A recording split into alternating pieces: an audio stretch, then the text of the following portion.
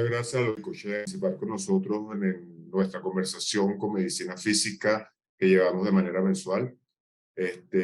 No es solamente el nivel profesional de Santiago Goicoechea, sino la amistad que nos ha unido y que estamos además en un mismo objetivo: educar y mantener una información con respecto a como decíamos anteriormente, todo el mundo habla de dolor, pero realmente cuando empezamos a meternos en entender por lo que es dolor, que no es solamente lo que nos enseña a veces en medicina, que a veces, como en el tema de hoy, el dolor de tipo nociplástico, de difícil diagnóstico, de difícil manejo.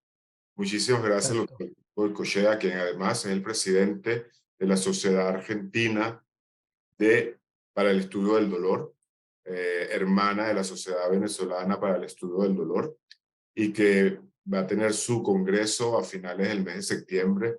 Y como te decía antes, Santiago, como me gustaría tener la posibilidad de compartir con ustedes los conocimientos y sobre todo, ¿sabes? Muchísimas gracias por tu participación. Muchas gracias por la invitación. Hoy vamos a hablar de dolor nociplástico. Quiero agradecerte, Luis, por la invitación y espero estar acorde a la charla, ¿no? Como hablábamos hace un ratito, este es un tema en el cual hace mucho tiempo que está, podremos decir que nadie sabe nada, ¿sí? Hay muchos estudios que están evaluando si este dolor existe, ya obviamente desde el 2016 que se habló de esto, y en el 2017 que ya se hablaron de criterios diagnósticos en el 21, o sea, ya lo vamos a ver, pero la verdad que es un dolor que más que nada lo interesante de la charla es que está subdiagnosticado, subtratado, mucha gente cree que no existe, muchos médicos no saben que existe. Entonces, la idea de hoy es poder ver si podemos entre todos descubrir un poco de qué se trata. Bueno, yo soy Santiago Guaycochea, soy clínico, soy internista, me dedico a medicina del dolor hace mucho tiempo, coordino varios sanatorios, tengo mi propio centro de dolor y hoy por hoy me toca ser el presidente de la Asociación Argentina de Dolor, así que bueno, es un honor para mí la invitación.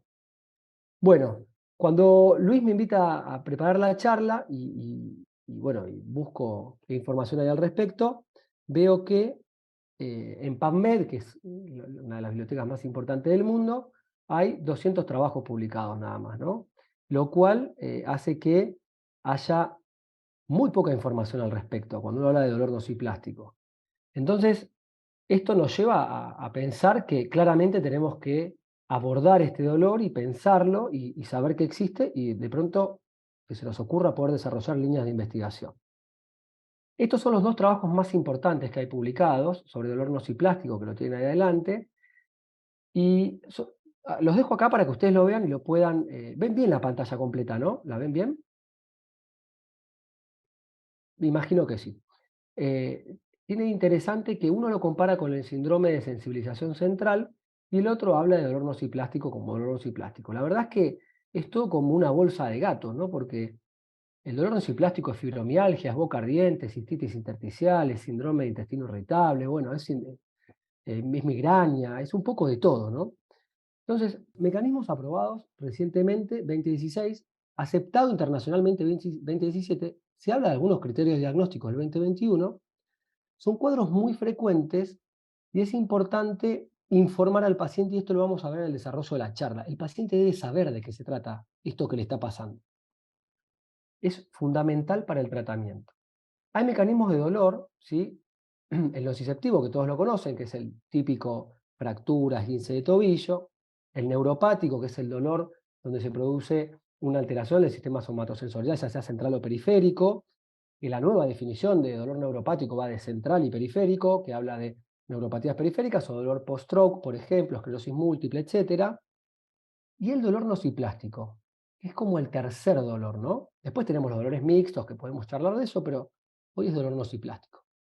¿Y qué es lo que pasa con respecto al neuropático y el nociplástico? ¿Qué tienen en común? Que hay una remodelación errónea, es un dolor que no sirve para nada, es un dolor mal adaptativo. Y toda la bibliografía habla de esto. El dolor nociplástico, tanto como el neuropático, no son dolores protectivos. Si vos te esguinzás el tobillo o te quemás con el fuego de la hornalla, retirás la mano o dejás el pie en reposo. Eso es un mecanismo de dolor consciente, fisiológico, entendido como un mecanismo protectivo de dolor. Pero el neuropático y el nociplástico no. Entonces van acompañados de un deterioro de la calidad de vida enorme. Por eso estos pacientes que tienen dolor neuropático y dolor nociplástico tienen depresión, ansiedad, insomnio, mala calidad de vida, fibro-COG, tienen un montón de cosas, alteración de pensamiento, ¿sí? No se pueden concentrar, síndrome de fatiga crónica. Es gente que realmente disminuye mucho su calidad de vida. Y lo mismo dolor agudo, subagudo crónico, pero el dolor nociplástico se da en pacientes con dolor crónico. Es una cronicidad, es una anomalía que produce cronicidad.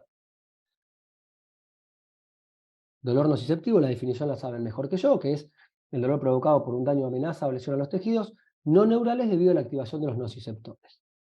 El dolor neuropático es un dolor provocado por una lesión que afecta al sistema somatosensorial, acorde a criterios neurológicos que debe cumplir una correlación anatomoclínica.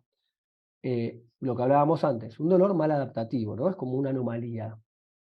Y el dolor nociplástico es un dolor que surge de la nocicepción alterada a pesar de no haber evidencia clara de daño o amenaza de lesión a tejidos no neurales debido a la activación de los nociceptores o de la lesión o enfermedad que afecta el sistema somatosensorial.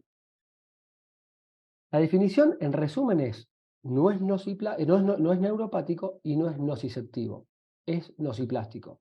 O sea, es un dolor en el cual no hay una alteración del nociceptor y no hay una alteración de la corteza somatosensorial. ¿Mm?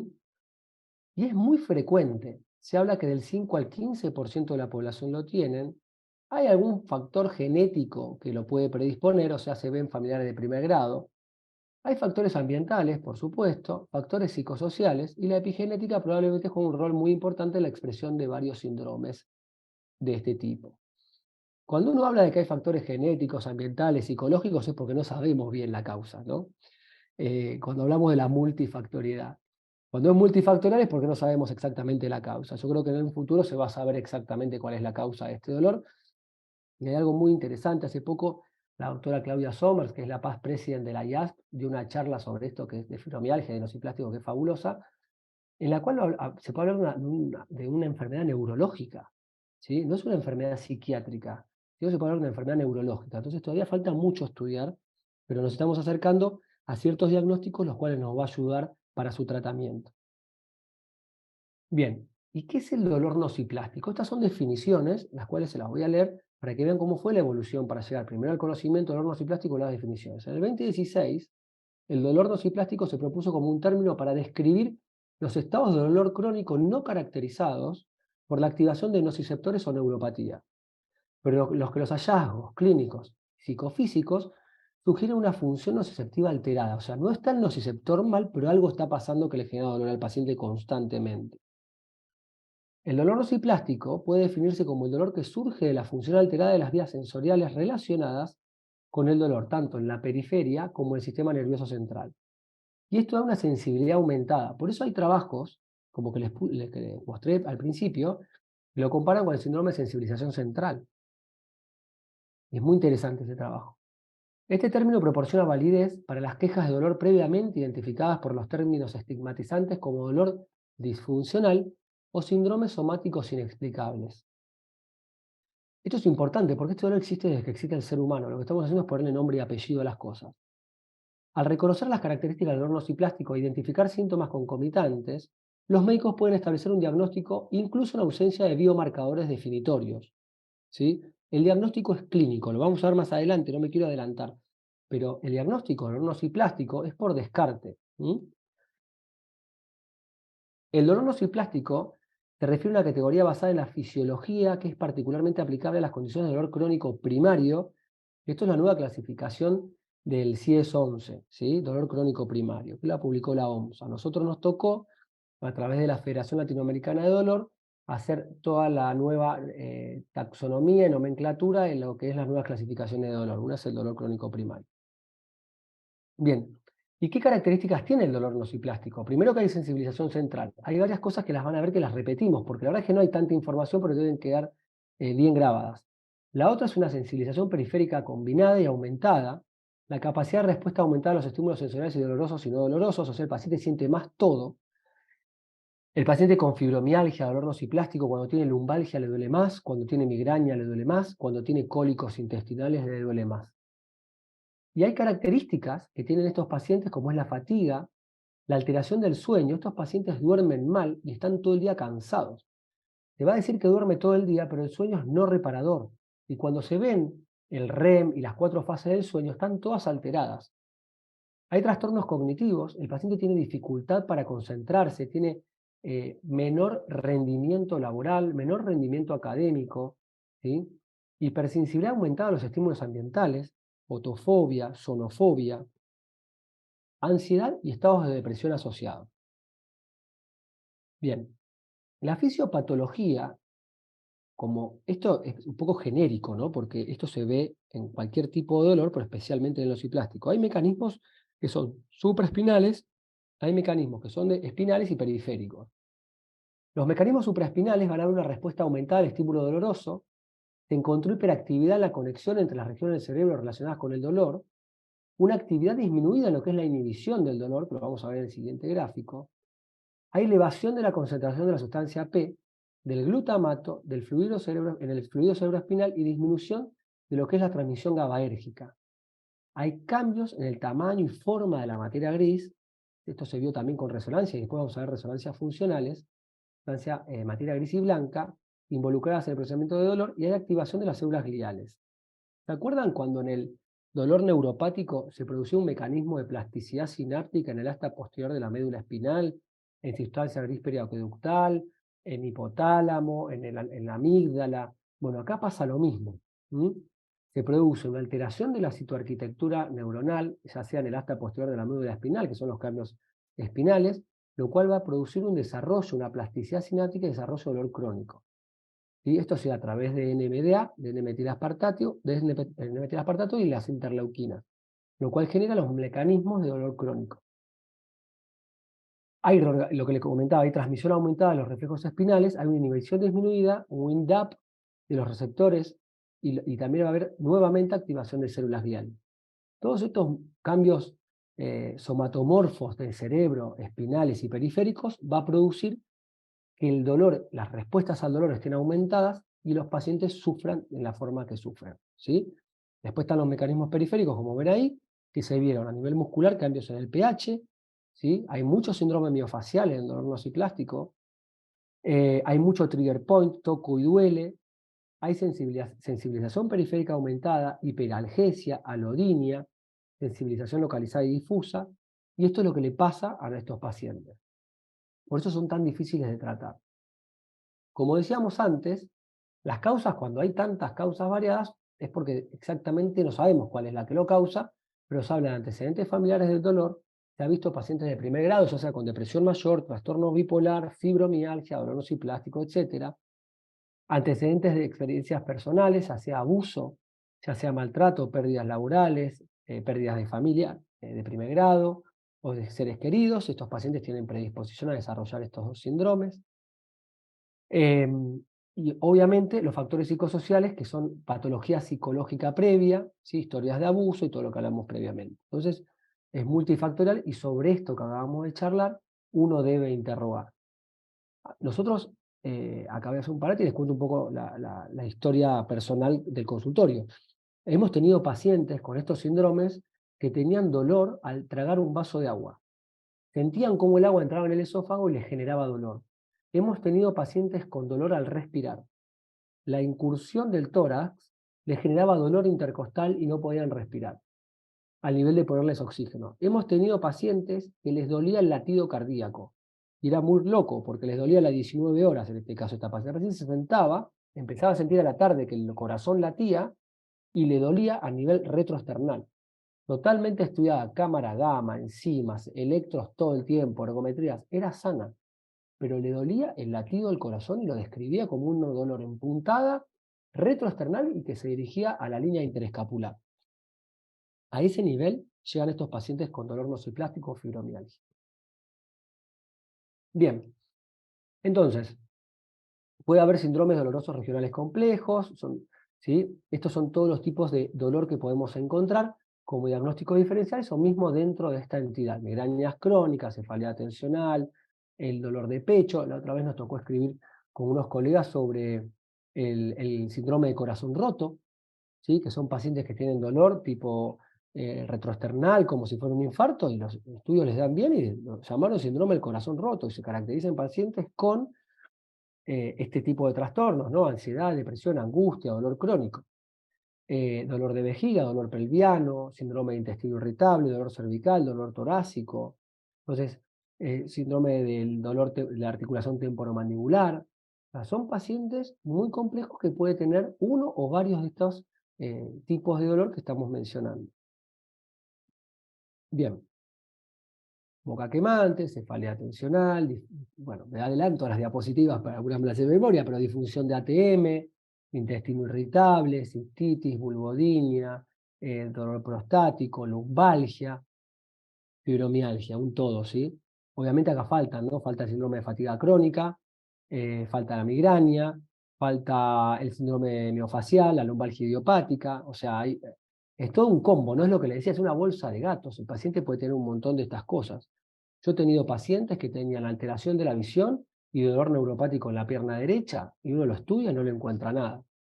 Y después cuando uno empieza a interrogar, empieza a encontrar pérdidas de familiares, historias de abuso, hay anécdotas para contar un montón. Luis debe tener un montón de estas anécdotas de pacientes que la han pasado muy mal y en algún momento de su vida empiezan con esta sintomatología teniendo estudios totalmente sanos. Bien, un poco más de lo mismo. El cuadro clínico no cumple una somatotopía, ¿no? Que, o sea, no sigue una metámera, no es que tiene una hernia L4, L5 y el dolor va a ser L4, L5. El dolor es fluctuante, es migratriz, puede ser bilateral, unilateral, o sea, no esperemos un correlato anátomo-clínico si encontramos una lesión con el dolor. Estos pacientes pueden tener la columna totalmente sana y referir un dolor invalidante en miembros inferiores. Entonces, es un dolor muy complejo de tratar. Y muchas veces cometemos errores de medicar cosas si no sabemos lo que estamos tratando. Bien. Muy importante el cuadro clínico, es un dolor crónico, puede ser regional o generalizado. Como les decía, no hay una evidencia de lesión somática o neural. Dolor crónico regional o diseminado, dolor ante estímulos normales no dolorosos, esto es muy característico, ¿sí? Puede ir asociado a síndrome de sensibilidad, ya sea química múltiple, ruidos, electricidad, etc. Y la evolución, como dijimos, es una evolución que tiende a la cronicidad. Hay síndrome de catastrofización, o sea, es muy importante el abordaje interdisciplinario, multidisciplinario.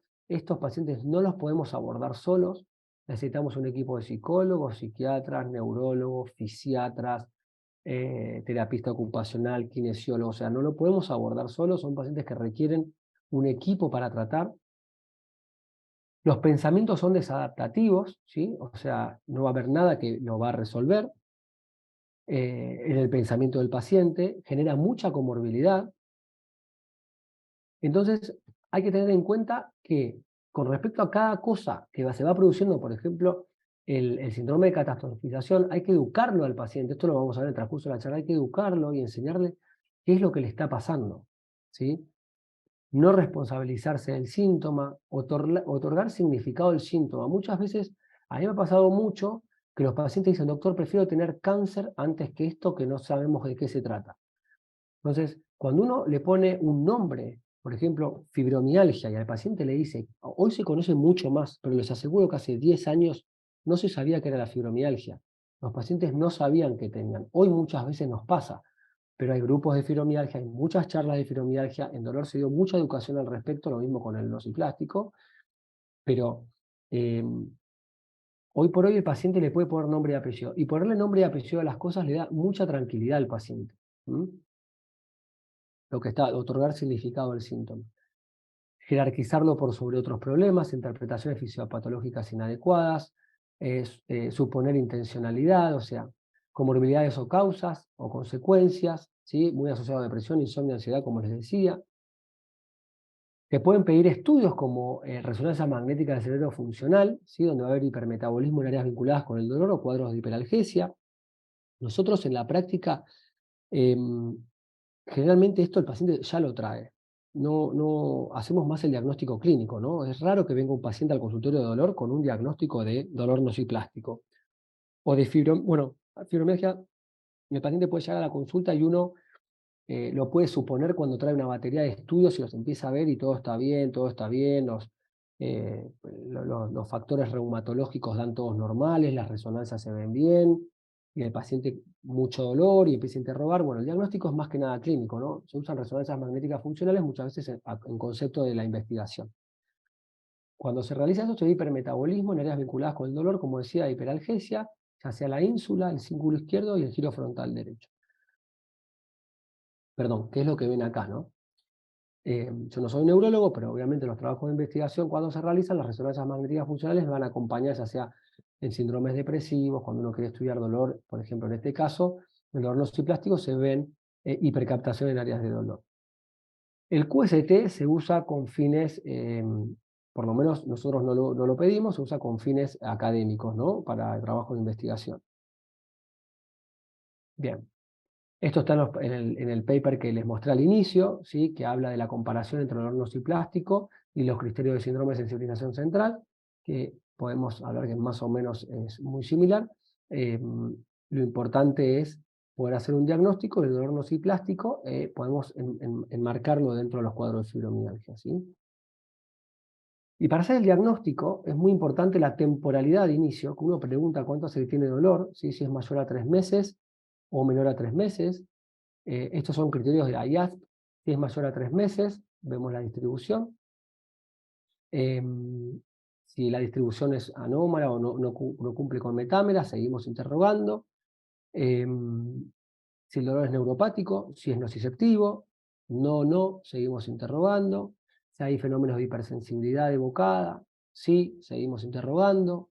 Si hay regiones de hipersensibilidad en dolor, seguimos interrogando. Y por lo menos alguna comorbilidad de todo lo que estamos charlando: depresión, ansiedad, historia de abuso, insomnio, dolor crónico, disfunción de la articulación temporomandibular. Bueno, con alguna de estas comorbilidades nos podemos acercar a un dolor nociplástico, y si no lo tiene, posiblemente sea un dolor nociplástico. Como ven, son diagnósticos de descarte, o sea, descartemos lo que es neuropático, lo que es nociceptivo, para llegar al diagnóstico del nociplástico. Bien, en un momento el DSM-4 hablaba de trastornos somatomorfos, hipocondría, trastornos por dolor, trastorno somatomorfo indiferenciado, y se cambió y son síntomas somáticos, dolor predominante es el DSM-5, ¿sí? Como hablábamos, y esto como criterio diagnóstico que hablaba la IAF, siempre la evolución debe ser crónica. Es muy raro que hagamos un diagnóstico de dolor nociplástico en un paciente con menos de un mes de evolución. No lo podemos ver eso, ¿sí? Lo que hay que hacer es descartar causas de dolor agudo mismo dentro de los primeros 3 meses, ¿sí? Descartar que sea neuropático o nociceptivo, y siempre en el interrogatorio. Por eso les hago mucho hincapié que el diagnóstico es clínico y por descarte, ¿sí? Generalmente tienen alodínica al tacto, ¿sí? O sea, estímulos no dolorosos generan dolor, hipersensibilidad, muchas veces dolor al movimiento. Por eso hay que ser muy cuidadoso en qué ejercicios le va a ofrecer al paciente cuando empieza a tratarlo dentro de las terapéuticas. Dolor a la presión, más dolor al calor y al frío, ¿sí? Hipersensibilidad, sonidos, luz, olores, alteraciones del sueño, lo que habíamos hablado. Y como siempre, muy importante el examen neurológico. Dentro de los criterios diagnósticos, si cumple varios de los criterios que hablamos, de dolor, posible o probable. Lo más importante es la temporalidad y que no cumpla un territorio metamérico. Es muy importante informar al paciente. Esto es una pregunta, es útil informar al paciente del diagnóstico de dolor nociplástico, es fundamental. El paciente con dolor nociplástico debe saber qué es lo que le está pasando. Debe entender qué es lo que le está pasando, en lo posible educarlo para que lo comprenda y enseñarle cómo poder tratarlo y qué debe hacer cuando tiene estos dolores. Porque no es que el paciente va a tener dolor crónico permanente, que lo puede tener, sino que por momentos va a tener muchas exacerbaciones, y muchas veces estos pacientes podés lograr bajarles el dolor a un 3, 4, pero en la primera que tenga problemas laborales, problemas familiares, pérdidas familiares, o cualquier trastorno que le produzca al paciente, no tiene que ser estas cosas que pueden ser las más duras de la vida, pero lo que sea, le chocan el auto, lo que sea, puede predisponer a que vuelva este dolor. Informar, educar, reducir los pensamientos desadaptativos. Y dentro del tratamiento, ¿sí? vamos a encontrar varias cosas.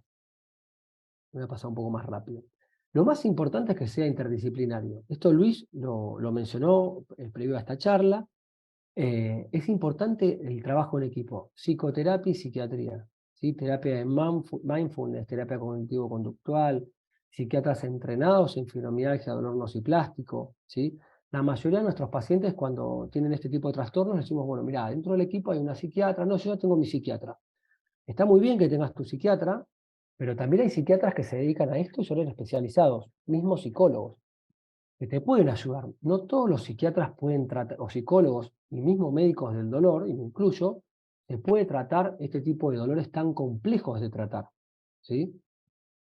La terapia física y la farmacoterapia. Dentro de la farmacoterapia es una patita del tratamiento. No es que le voy a dar pregabalina o algún antidepresivo que está descrito para aliviar la fibromialgia o el dolor nociplástico. O sea, es un tratamiento multidisciplinario, porque si uno cuando tiene este paciente solamente le da pregabalina 25 miligramos a cada 72 horas, la aumenta a 50, luego a 75, luego a 100, 150, no es parte del tratamiento, o sea, es una patita del tratamiento. Es muy importante al paciente trabajarlo con el psicólogo y el psiquiatra, esto es fundamental. Y ver si el antidepresivo que está tomando es el ideal.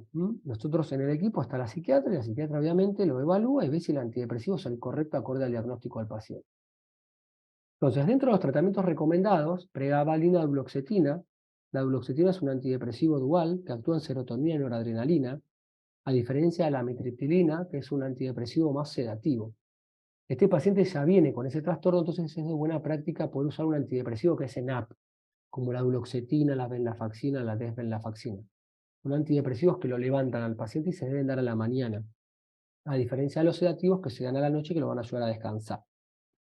La pregabalina la conocen, ¿sí? Es un fármaco dentro de los gabapentinoides junto con la gabapentina que actúa dentro de los receptores de calcio, en los cuales lo que va a hacer es tratar de disminuir la intensidad de dolor. Yo siempre digo que alfa 2 delta de calcio, ahí está. Yo siempre digo que la pregabalina es como tirar un balde de agua fría a un receptor que está caliente transmitiendo dolor. La psicoterapia es fundamental, educar al paciente que sepa lo que le está pasando, terapia física, y tratar de intentar que el paciente vuelva a su rutina, a su vida social, familiar, laboral, sexual. Es fundamental, adaptación social. Lo que no está recomendado son tratamientos invasivos, opioides por tiempo prolongado. No está mal dar un poco de tramadol, dar un poco de codeína, pero por tiempos cortos. No le podemos dar un intramuscular con corticoides para aliviarle el dolor. Entonces, volviendo a lo que les estaba comentando, el tratamiento es multidisciplinario. ¿Qué es lo que pasa con estos pacientes? A estos pacientes también les pasan cosas. Estos pacientes también tienen lumbalgias, tienen cáncer, tienen traumatismos. Entonces, cuando dice tratamientos invasivos no, quiere decir que el paciente de inicio no le voy a hacer un bloqueo porque me relata un dolor lumbar, si tiene un dolor nociplástico o una fibromialgia. Pero posiblemente este paciente en el transcurso de su vida desarrolle una lumbalgia y sí le puedo hacer un bloqueo lumbar, ¿se entiende? O sea, no es que porque tiene esta patología queda excluido los tratamientos, como por ejemplo las infiltraciones o la proloterapia, la neuroprono o los bloqueos. O sea, a estos pacientes en el transcurso de esta enfermedad le van pasando cosas. Entonces, como concepto importante, y para finalizar, es tratamiento interdisciplinario, trabajar en equipo, educar al paciente y hacer tratamientos farmacológicos adecuados. No hay mucho más escrito con respecto al dolor nociplástico, ¿sí? Bueno, había 200 trabajos publicados, pero se habla de esto, ¿sí? De que hablamos de un tercer dolor. Entonces, me parece que es de buena práctica poder tener las herramientas para reconocerlo cuando el paciente viene con una pila de estudios al consultorio, con un dolor en el cual nadie lo pudo caracterizar después de años de evolución, con múltiples tratamientos, y tal vez y con un perfil de laboratorio normal, habiendo descartado enfermedades neurológicas, infectológicas, reumatológicas, clínicas, y que el paciente tiene este tipo de dolor. Y vemos un laboratorio y estudios normales. Ahí debemos pensar, interrogando bien el pasado del paciente y el presente, si estamos dentro de un paciente con fibromialgia con una entidad de dolor nociplástico, ¿sí? Así que bueno, creo que tenemos todo. Estas son las lecturas recomendadas. Muchas gracias. Muchísimas gracias, Perfecto. doctor Goicoechea, quien además es el presidente de la Sociedad Argentina para el Estudio del Dolor, hermana de la Sociedad Venezolana para el Estudio del Dolor, y que va a tener su congreso a finales del mes de septiembre. Y como te decía antes, Santiago, como me gustaría tener la posibilidad de compartir con ustedes los conocimientos y sobre todo, ¿sabes? Muchísimas gracias por tu participación. Y Muchas gracias. escuchándote, Santiago, en el área nuestra de medicina física, rehabilitación, evaluación de capacidades, a veces me pregunto si estoy frente a un dolor donde tengo la alteración de los nociceptores desde el punto de vista estructural. Indudablemente hay una sensibilización periférica, pero además se está modificando el receptor, pero al mismo tiempo tengo procesos cómo abordar desde el punto de vista de la prescripción del ejercicio, de la reeducación del movimiento, viéndolo desde tu área, cómo podemos unir ese esfuerzo, porque es un paciente, perdón, una persona que vive con una condición muchas veces catastrófica y que vea el ejercicio o el movimiento como un desencadenante del dolor. Qué excelente pregunta, ¿no? Y esto, todos los que están acá, creo que son 63, saben más que yo, sin ninguna duda. Es muy importante, porque estos pacientes cuando les dice, bueno, anda al gimnasio, anda a entrenar, les duele.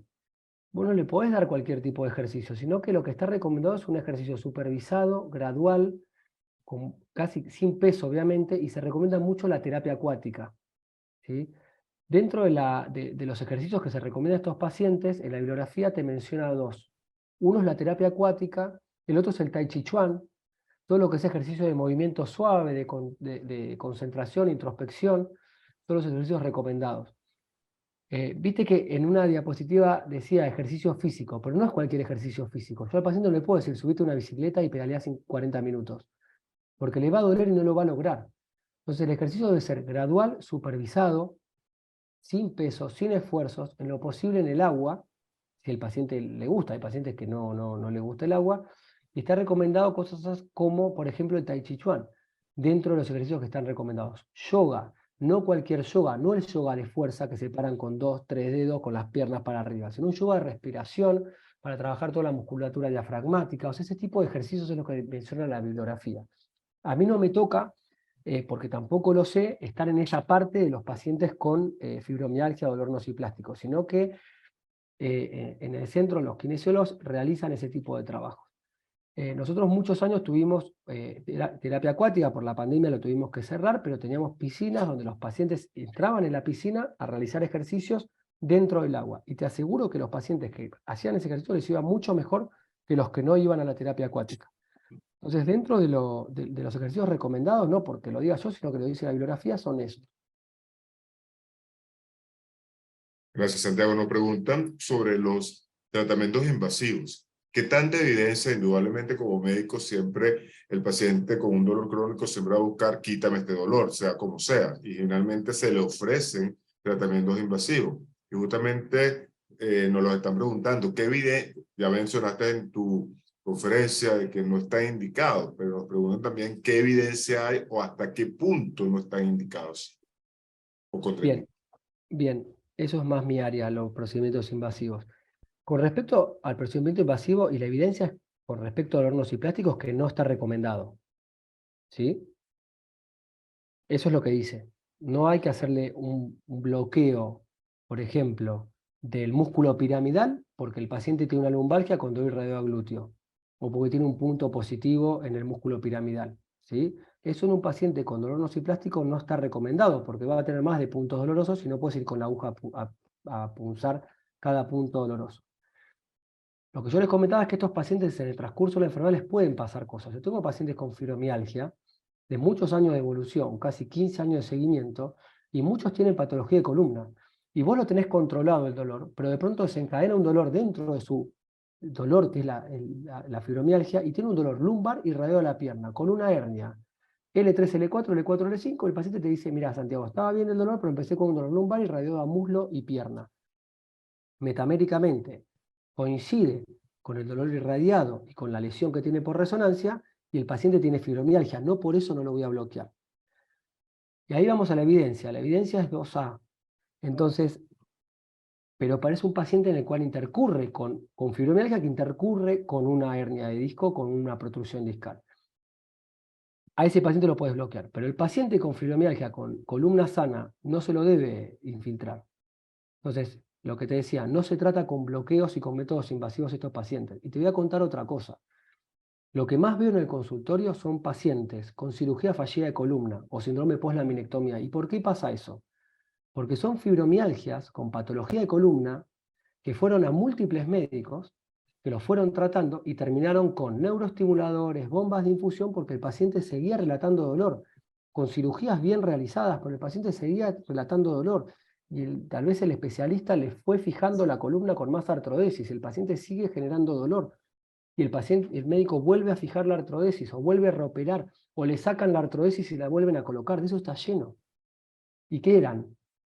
Posiblemente eran fibromialgias con dolor lumbar idiopático, con una patología de columna, pero que el tratamiento fue la cirugía. Y esos pacientes terminan con neuroestimuladores y bombas, porque el primer diagnóstico que no se hizo fue el de dolor crónico por un síndrome de sensibilización central o una fibromialgia.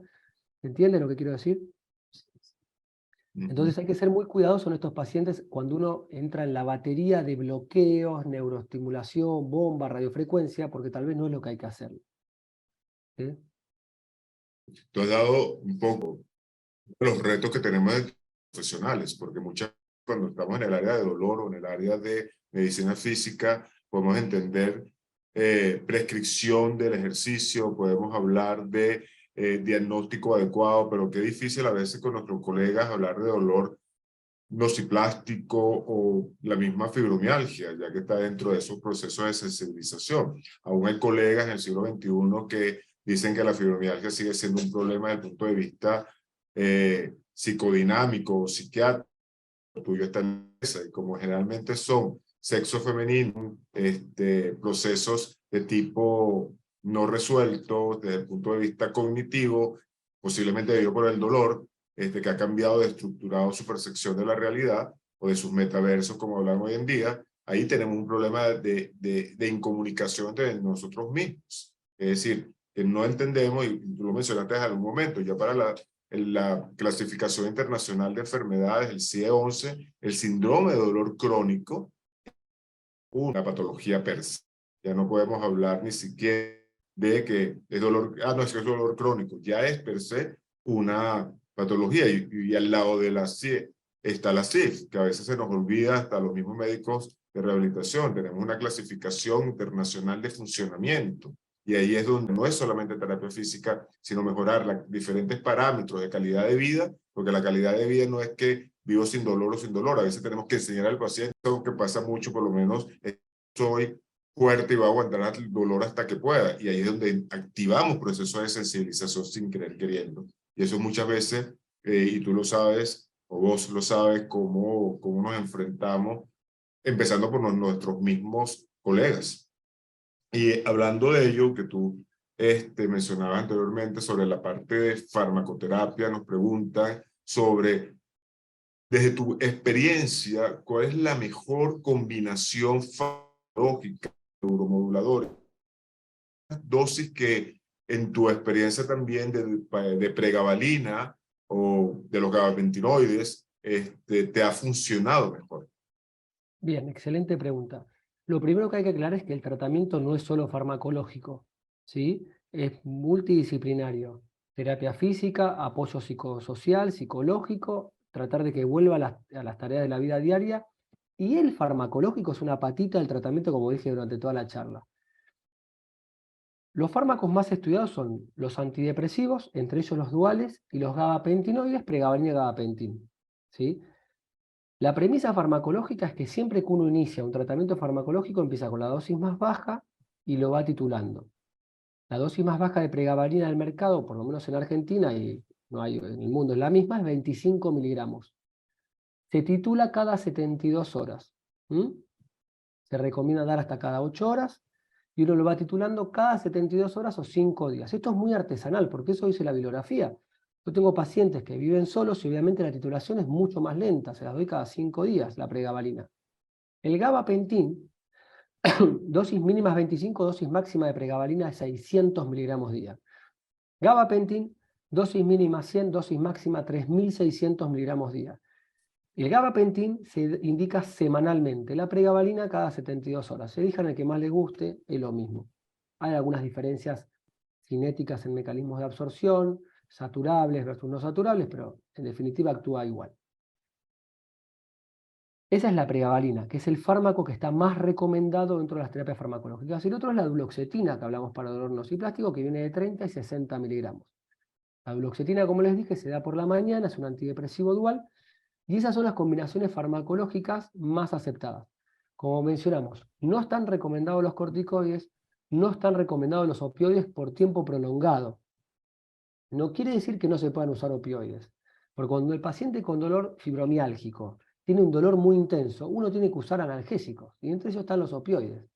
Lo que no está recomendado es tratarlo de forma crónica con opioides, sino que hay que utilizarlos hasta que uno pueda controlar el dolor con el tratamiento multidisciplinario. ¿Sí? En la bibliografía revisada, Santiago, ¿hay alguna evidencia sobre estas llamadas terapias complementarias o, por ejemplo, las cámaras hiperbáricas o alguna otra? Mm. Mira, hay evidencia de un montón de cosas, pero la evidencia en dolor es débil. No tengo experiencia en cámara hiperbárica y fibromialgia, dolor nociplástico. La verdad es que no tengo experiencia en eso. Las veces que lo leí dentro de las indicaciones, ninguna figura.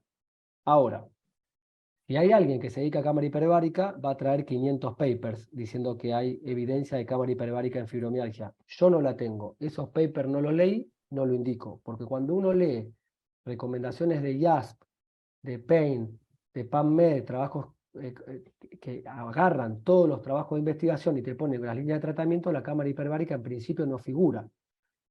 Yo en esto soy muy cuidadoso porque está demostrado que todo lo que estamos diciendo acá, dentro de 10 años, si yo escucho esto dentro de 10 años, voy a decir, mirá la burrada que dijo Santiago. Ya las digo ahora, imagínate dentro de 10 años. Pero esto está comprobado porque la medicina avanza y se va modificando. Entonces yo te puedo decir que hoy por hoy la cámara hiperbárica dentro de la primera línea de tratamiento no está indicada. Ahora, si los grupos que hacen cámara hiperbárica publican trabajos, que los SARO publican y cada vez toma más evidencia, posiblemente pueda entrar dentro de los indicadores de terapia de primer grado para tratar fibromialgia. Hoy no está indicada dentro del algoritmo de tratamiento. Pero lo mismo ha pasado con el cannabis, lo mismo ha pasado con terapias complementarias, que cada vez van tomando más fuerza y más vuelo. De hecho, el cannabis no es mi área, obviamente, no me dedico a esto, pero ha tomado una relevancia importantísima y cada vez hay más trabajos de investigación.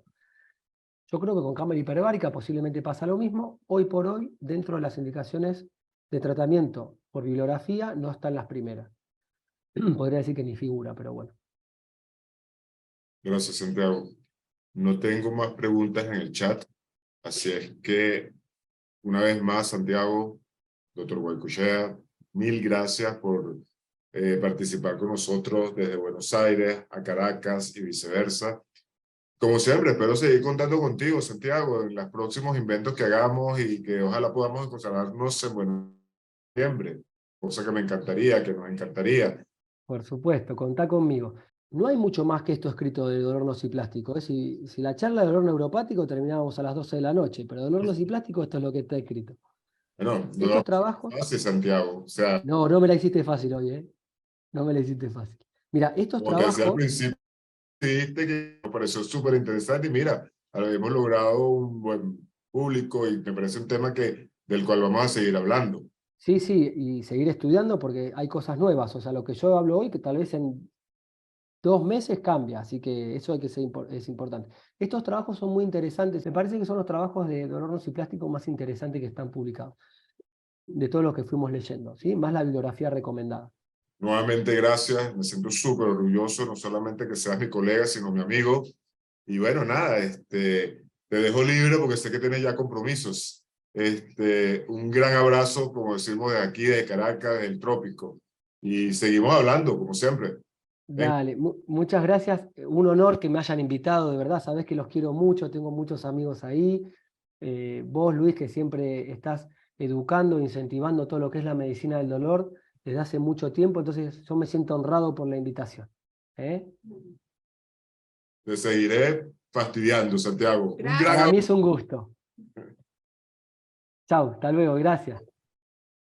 Gracias a todos por haber participado con nosotros. Los esperamos en nuestro próximo encuentro con Medicina Física. Ya les estaremos avisando a través de nuestros medios de comunicación. Muchísimas gracias y buenas noches a todas y a todos. Chao, Santi. Muchas gracias, saludos.